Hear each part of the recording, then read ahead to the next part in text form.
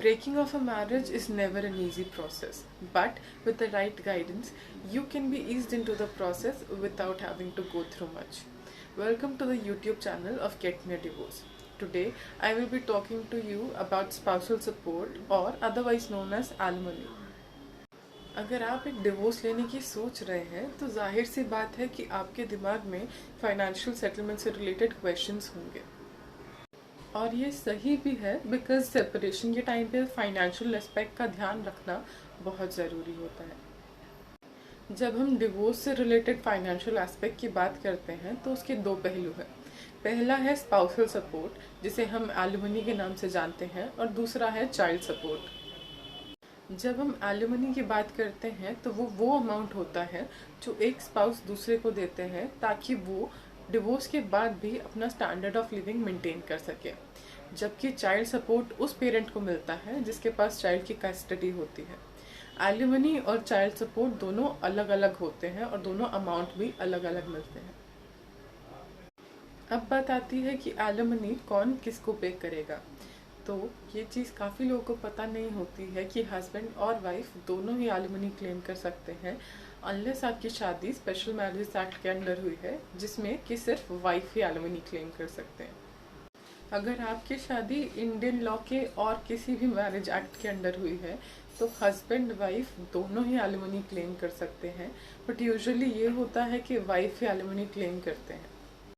ये तो बात हो गई कि कौन एलिमनी क्लेम कर सकता है, बट एलिमनी का अमाउंट कैसे डिसाइड होता है?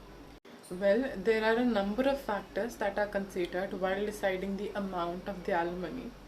But Western countries की तरह इंडिया में कोई फिक्स्ड फॉर्मूला नहीं है।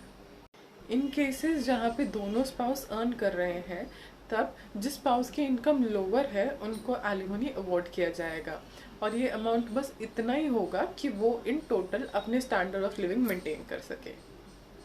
इस एक ही स्पाउस अर्निंग मेंबर है तो फिर जो उनकी एनुअल इनकम है उसका कुछ परसेंटेज यूजुअली 25% से ज़्यादा एज एलिमनी अवॉर्ड किया जाएगा। और इस एनुअल इनकम में सिर्फ सैलरी ही नहीं, उसके साथ साथ सेविंग्स और प्रॉपर्टी के ऑल्सो ये जो एलिमनी का अमाउंट है वो एक ही बार डिसाइड होता है। एलिमनी डिसाइड होने के बाद कोई प्रमोशन या कोई एक्स्ट्रा इनकम सोर्स अगर होता है तो उसका इस अमाउंट पे कोई फ़र्क नहीं पड़ेगा। अब हमने ये सब तो डिस्कस कर लिया कि एलिमनी कौन देगा और कितना देगा, बट क्या ऐसे फैक्टर्स हैं जो ये डिसाइड करेंगे कि एलिमनी आती रहे या कब तक आती रहे? अगर आपके स्पाउस कोई पेमेंट स्किप करते हैं तो आपके पास लीगल प्रोविजंस हैं। अगर आपके स्पाउस ने एलिमनी भेजना बंद कर दिया है या स्किप कर दिया है तो आप कोर्ट को अप्रोच कर सकते हैं और कोर्ट पेनल्टी या फाइन्स के थ्रू पनिशमेंट इम्पोज करेगा। आप एलिमनी सिर्फ तभी तब क्लेम कर सकते हैं जब तक कि आप दोबारा शादी नहीं कर लेते, बट दोबारा शादी करने के बाद भी आपको चाइल्ड सपोर्ट मिलता रहेगा जैसे कि डिवोर्स के टाइम पे डिसाइड हुआ था। We at Get Me a Divorce understand that divorce is a very emotional time, and that is why we have a panel of expert lawyers and mediators who will give you unbiased and practical advice. If you have any questions or concerns about your divorce, you can reach out to us at www.getmeadivorce.com.